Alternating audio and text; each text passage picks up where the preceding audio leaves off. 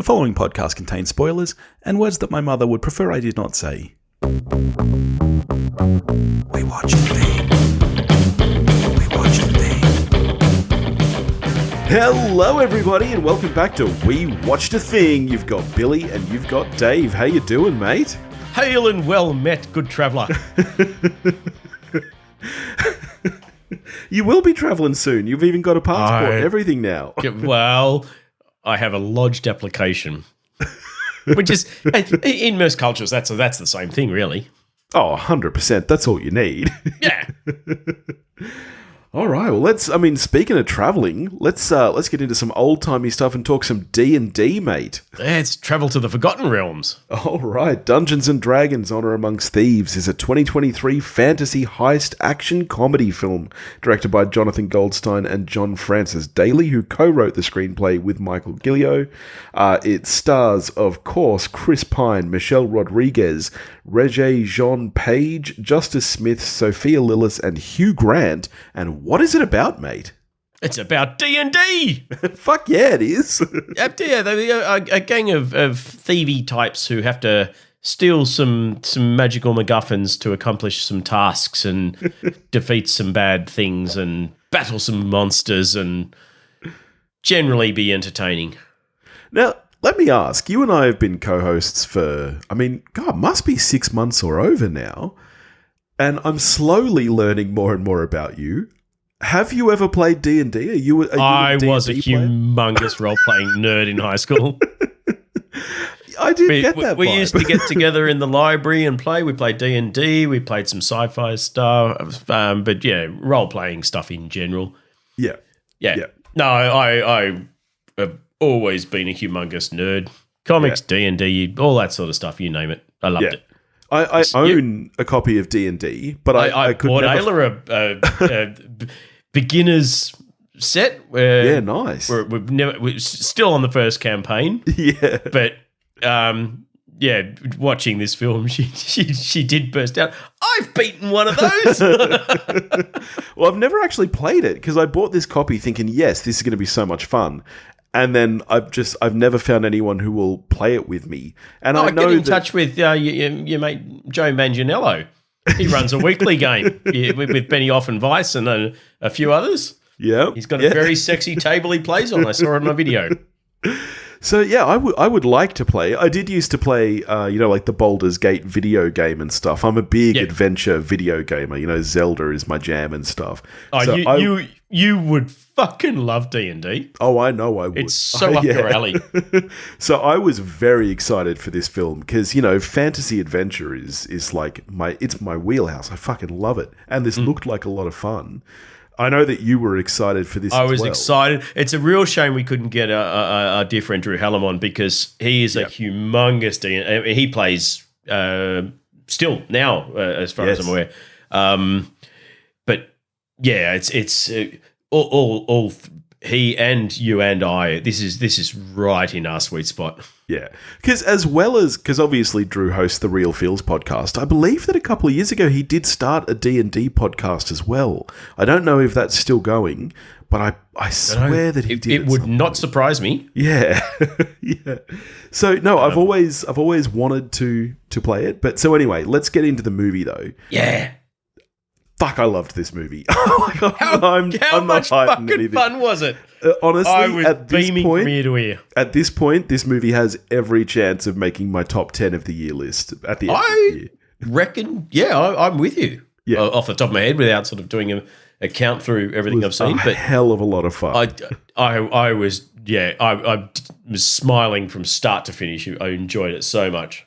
I almost didn't think I was going to get to the movie because I had been kind of slowly planting the seed to Noosk. Oh yeah, let's go see D&D. This looks really good. And she was like, fuck no. She had zero interest in this movie.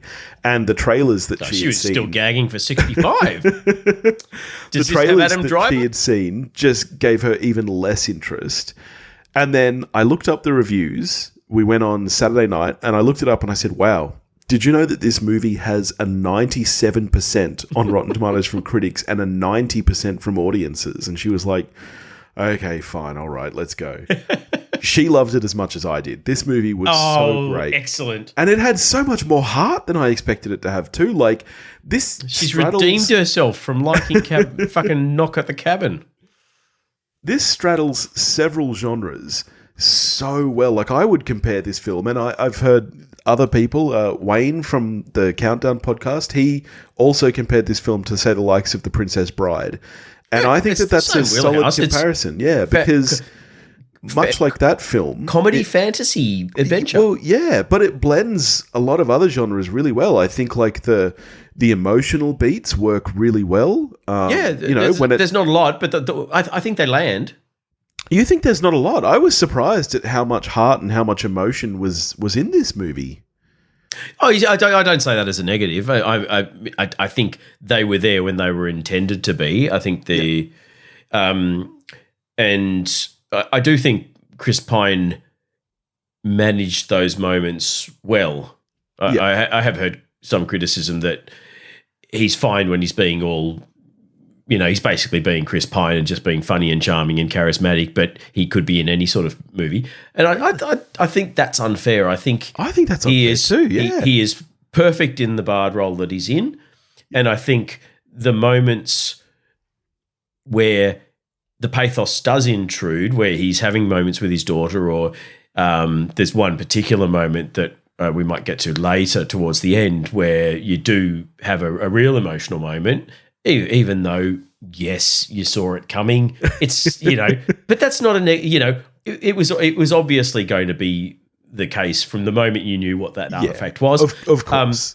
But I think he acted the shit out of that scene. I thought he was great. Yeah. I thought the entire cast was actually fantastic. I mean, let's get to the cast while we're here. I thought Chris Pine a particular was favourite. Great.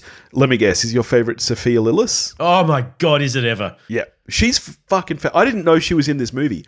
I hadn't seen trailers. I think I saw one trailer at the cinema. I don't know whether she just wasn't really highlighted in the trailer. So I had no idea she was in it until she popped up. The first trailer, you barely see her face because it's all about what's that? Oh, it's an owlbear. Oh, dude, the owlbear was fan-fucking-tastic. I loved that thing. So, yeah, I didn't know it was her. And even watching the film, I didn't twig that it was her. Yeah, right. She's done a whole lot of growing since it, and what was that shit-hot series that got cancelled?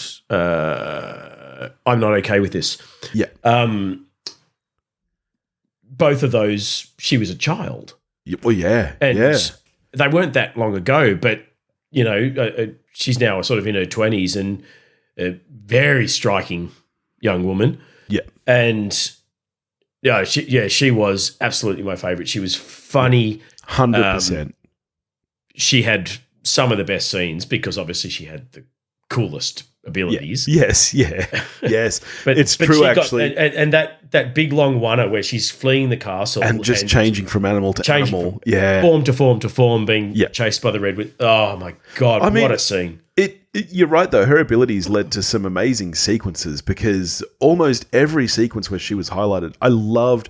I mean, firstly, this film it's a heist film. This is kind of like ye olde Ocean's 11. Literally, I was listening to the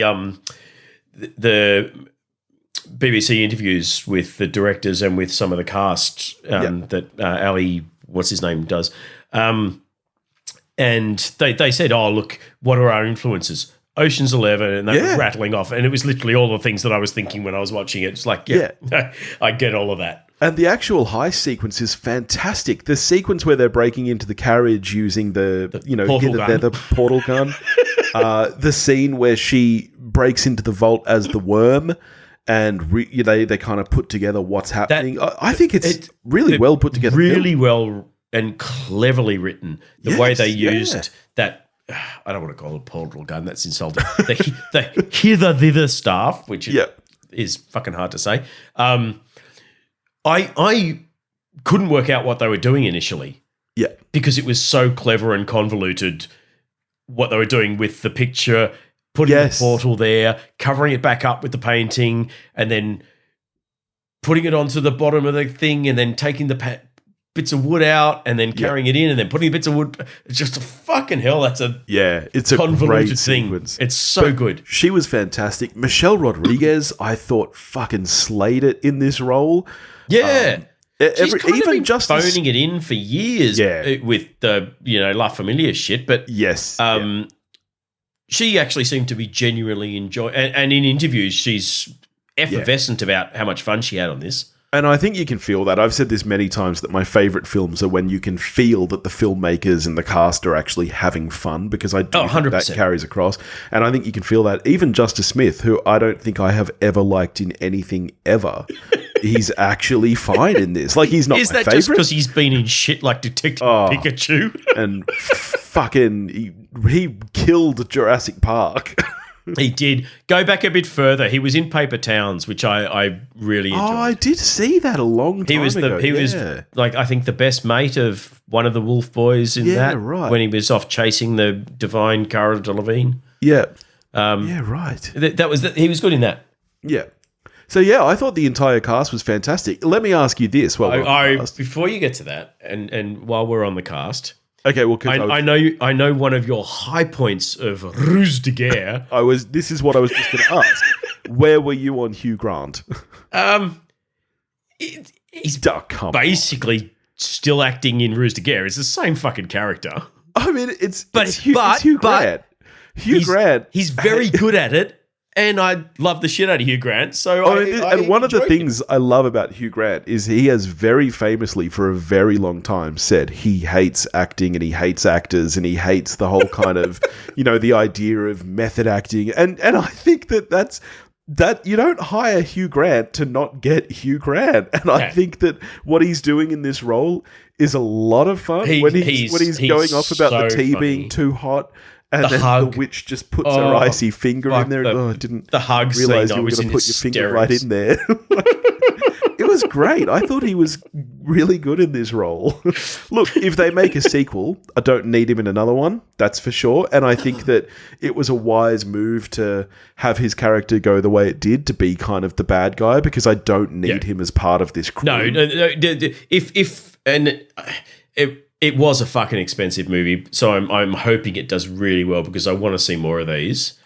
Yeah, 100%. I would watch 10 of these in a row. The next one shouldn't have him, and it shouldn't have Daisy Head's Red Witch Wizard, whatever. Yes, it should. But it should follow the four core party members on it. I mean, the film is quest. Large budget, 150 million, but so far it's brought in 70 at the box office, and it's only been open, a handful of days. Yeah, and really like I said, the reviews have been quite raving, really, really positive reviews for the most part. So I would watch 10 of these. Yeah, I would totally be there for multiple. Yeah. On the budget, what did you think of the look of the film? Dude, I was going to ask you this, actually, because obviously coming from that industry, I thought it looked great. Same. I heard there was week's. nothing I saw that made me think, oh, fuck, that's a bit ropey and shit. No. I loved the look of this film. I thought brilliant. The visuals were top notch. And I know a lot of guys who worked on this film. It was a big crew, as you'd expect. So, I've got friends in companies all over who did work on this. And I think I think these are some of the best visual effects I've seen in a good 3-4 years. I think this looks better than any output we've had from Marvel recently. If you think of those kind of big effect-heavy films, I think this looks fantastic. I think it's great. No, good. I'm glad I wasn't in the wrong. I thought the creature effects were fantastic. The fat dragon was a lot of fun. Funny was and that owlbear. Just the idea of having it. The owlbear I thought was fantastic. Yeah, I think oh my God, I'm going to forget the name of it now. It's been too long since I was playing these things. The fucking panther thing that casts the illusion of itself. Yes, yeah. Shit, what's it called? Nah, lost it. I think that the only times the effects are ropey is kind of intentionally for campness. You think of that opening sequence where they're kind of pleading their case, and you've got the kind of the bird monster, Hawkman. Jonathan, and Jonathan. he looks cheesy as fuck, as do the rest of that kind of jury. Like there's another guy that I can't even remember, like a lizard man, and they look so cheesy, but it is so intentional. It's just really having fun with these costume designs. And it's a simple thing, but it goes to how well written this is. Yeah. Having the bird race guy called Jonathan, not Aragog or Jonathan. We're waiting for Jonathan. Why? Wait, I really think Jonathan's going to appreciate this. Should we wait for him? I don't want to have to repeat myself. Yeah, and I love that they actually didn't give away the gimmick. I really thought that he just wanted Jonathan there because he knew I Jonathan. thought that he had fix him on was his in it. side. They bribed someone or something. That's what I thought as well. So then that moment when he just grabs him and they jump out the window, and the other jury, we approved your pardon. Just genius. It was so funny. Oh, the comedy in this, I think, I don't think there was a single gag that I think didn't land. Yeah. Even the stuff that had sort of been spoiled in the trailer, I still laughed at the whole, what do you do? Well, I make plans. Yeah. The plans made. Well, in case the plan fails, so you make plans that fail? It was still funny. It was just... And I think it got the balance really well, though, because it's funny. This film is very, very funny. Like, you're laughing out loud almost the entire film, and yet I would not call it a comedy. I would call this it's an adventure. Fantasy adventure first. The Princess Bride is... But this is funnier than laughs. The Princess Bride, though. This is funnier, I think. Like, this is leaning much harder into the comedy, and yet it's amazing how much it doesn't ever feel like parody. It doesn't have the overt straight gags that The Princess Bride does. I mean, Peter Cook's entire character in that is just a gag. Yeah. It's not incidentally funny. He is literally, his entire character is a joke. Yeah. Whereas this is quippy dialogue more. It's a little bit more along the lines of sort of some of the snappier dialogue in the Indiana Jones films, but obviously a lot more funny. Yes. But like I said at the start, I love an adventure film. It really took me back. This felt like I was watching 99's The Mummy again for the first time. Like, this was just the entire cinema loved it. I was in a packed cinema. Like I said, I had a struggle convincing Noose to see this, and so it was only about 20 minutes before the session started that I finally convinced her. And so we had to sit in the third row from the front because it was like a fully packed house. And everyone in the cinema loved it. Did you have a similar experience? Yeah. Almost packed, not completely, but pretty full. And it was the laughter was throughout. Every time there was a joke, a gag, whatever, you could hear the whole cinema go. I had all the kids with me. The twins loved it. Ayla was over the moon because even though we're not even through her very first campaign, she's just in love with the whole idea of D&D. She was gagging to see this. She was so excited. And when we were at the maze challenge thing, and they got to the mimic chest. Yeah. She almost jumped out of her seat because it's the only monster she's fought yet is a mimic. Yeah, right. She was so excited. She was beside herself. And again, all she could talk about afterwards was, the owlbear. The owlbear was the best thing. I love the owlbear. I loved that owlbear. I would watch a whole movie just about owlbear. You want a cocaine owlbear, don't you? Oh my God, that's the crossover we need. Cocaine owlbear. I have seen that they're coming out with a lot of, I think I saw they're doing like black tar crocodile, or got a whole bunch of different kind of spin-offs of that now. It wouldn't be a We Watched a Thing episode without me bringing up the score. I was going to say. I loved the score for this film by Lorne Balfe. It was just awesome. Like, it was so... Lawn bowls? It was It does sound a bit like lawn bowls. So adventure-y, and it was just like, it was classic. And it was subtle, but it was there. Like, it was prominent enough that every time that kind of main theme came back, you recognized it by the end of the movie. I did pick up on that. And I think that's a score that's doing its job really well. I really enjoyed this score. Yep. And we should mention the Aussie cameos in Raise the Dead scene. Yeah, which is up there in my favourite parts of that film. That was hysterically the Auntie funny. Donna boys. Auntie Donna boys doing all those voices. That was so funny. Yes, it was the way that they kept having to just dig up more and more people, because it's like, well, this guy saw part of it, but not all of it. Like, it's a very clever sequence, and it went on much longer than I expected, and yet remained funny. They as is their want, fucking trailer companies. They had spoilt. Was that all in the trailer? Not all of it. The first corpse was right, where they've got 5 questions and they literally waste the entire lot. That was so funny. But it was still like with everything the trailer spoiled. It was still funny. I was still laughing out loud, and I did appreciate that there was more of that. You did get 2 or 3 other corpses. You know, oh no, especially the guy who died getting out of the bath or something and didn't even see the battle. Yeah, that was genius. Yeah. And then they just have to just come up with random questions because they've got nothing else serious to ask him. Did you hang around for the last post-credits thing?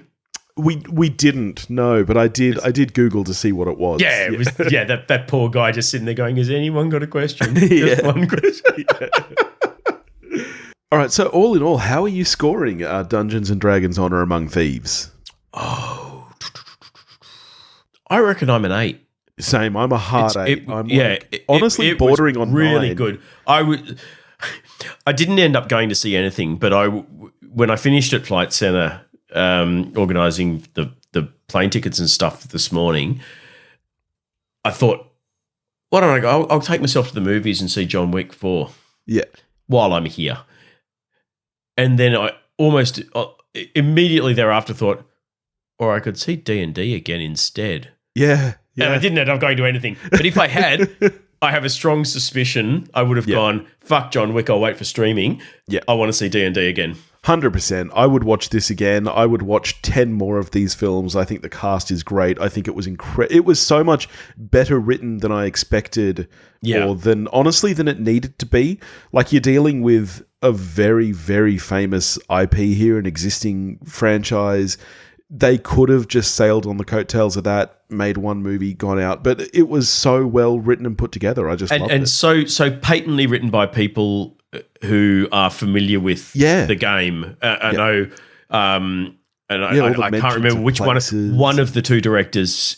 I mean, both of them played when they were younger. One of them recently started playing again. They are not pretenders. They are genuine lovers of the source material. Yeah. And I think it shows. There's so many little nods. Obviously, you've got the constant references to Baldur's Gate and Neverwinter, all the name dropping, but even the subtle things like how the wild magic works and the classes of characters, everything is as it should be. And I've heard and read from a number of people who are far more au fait with, I'm casting my mind back a long time for D&D, but people who are currently familiar with the game who are all very happy and enjoyed this movie immensely.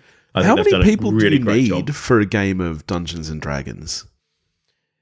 Well, you need a DM, and you probably want at least sort of 3 or 4 for the party, I guess. You can pad it out with NPCs. We should get together some other podcasters at some point and do a little D&D thing, even if it's like a little mini bonus series that goes on all of our Patreon feeds or something. There's no reason you couldn't do the whole thing over.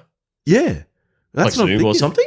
We could get Drew in. We could get Paul from the Countdown, who I know at least used to play. We should get together a little campaign, and we could do it on all of our Patreon feeds or something. I'm so in.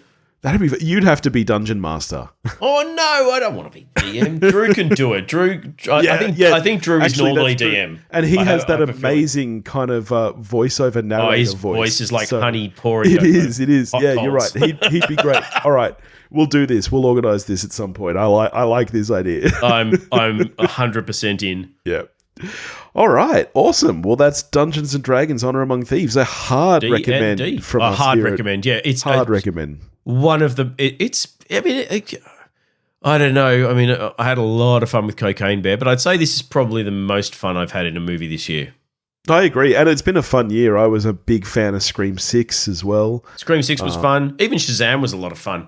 Yeah, it's been a good run of, not award contenders, but I'm glad I sat in the cinema for this type movies. Yeah, 100%. And I would recommend that people see this in the cinemas. See it with a crowd. It's more than almost anything this year. You want to see it in a big crowd of people. You want to feel that vibe. Yeah. Plus, the more people that go and see it in the cinema, the more chance we'll get another one. So yes, everyone should go and see it. In fact, everyone should probably go and see it twice just to be sure. Yeah.